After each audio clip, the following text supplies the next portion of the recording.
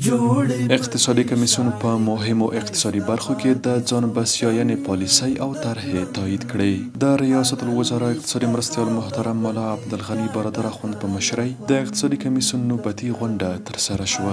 دغه غونډه نن د روان 1404 لمریز کال د سور میاشتې په 18 نیټه په مرمرینه ماڼۍ کې جوړه شوه. غونډې ته له اجنډا سره سم د کرنې، اوبو لګولو او مالدارۍ وزارت له لوري په هرات، هلمند، ننګرهار او بلخ ولایتونو کې د شپږو کرنیزو نمایشي او ترویجي کمپلیکسونو جوړولو طرحه د بحث لپاره وړاندې شوه.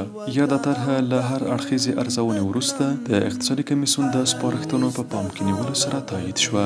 دغه کمپلیکسونه په 4409 یوجرې په ځمکه جوړیږي چې بزګرانو ته به د عصري او میکانیزه کرنې په برخه کې غوره خدمات وړاندې کوي. غونډې ته د کرنې، اوبو لګولو او مالدارۍ وزارت اړوند د چرګانو سکتور د ځان بسیاینې پالیسي هم وړاندې شوه چې له هر اړخیزې ارزونې وروسته تایید شوه. افغانستان اوسمهال د چرګانو سکتور د غوښې او دانې د تولید په برخو کې ځان بسیاینې ته نږدې شوی چې د دې پالیسۍ په تطبیق سره به د هګیو د تولید په برخه کې هم خودکفا شي.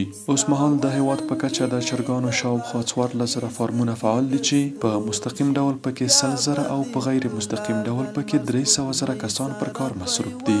د اقتصادي کمیسیون د نوبتي غونډې ته د کرنې، اوبو لګولو او مالدارۍ وزارت اړوند د لبنیاتو سکتور د ځان بسیاینې پالیسي هم د بحث لپاره وړاندې شوه. یا د پالیسي له هر اړخیزې ارزونې وروسته د اقتصادي کمیسیون د سپارښتنو په پام کې نیولو سره تایید شوه. د دې پالیسۍ په تطبیق سره به د هیواد د اړتیا وړ لبنیات په کور دننه تولید، پروسس او د مالدارۍ سکتور به ورسره وده وکړي. په نباتي خوراکي غوړیو کې د ځان بسیاینې طرحه چې د کرنې، اوبو لګولو او مالدارۍ وزارت اړوند وه هم دې غونډې ته د بحث لپاره وړاندې شوه. یا د طرحه له هر اړخیز بحث وروسته د اقتصادي کمیسیون د سپارښتنو په پام کې نیولو سره تایید شوه.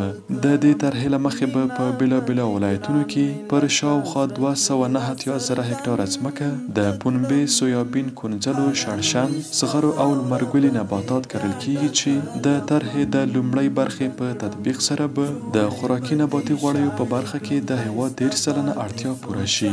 د غونډې په پای کې د یو شمېر تعقیبي موضوعاتو راپورونه هم وړاندې شول چې د اقتصادي کمیسیون له لوري تایید شول.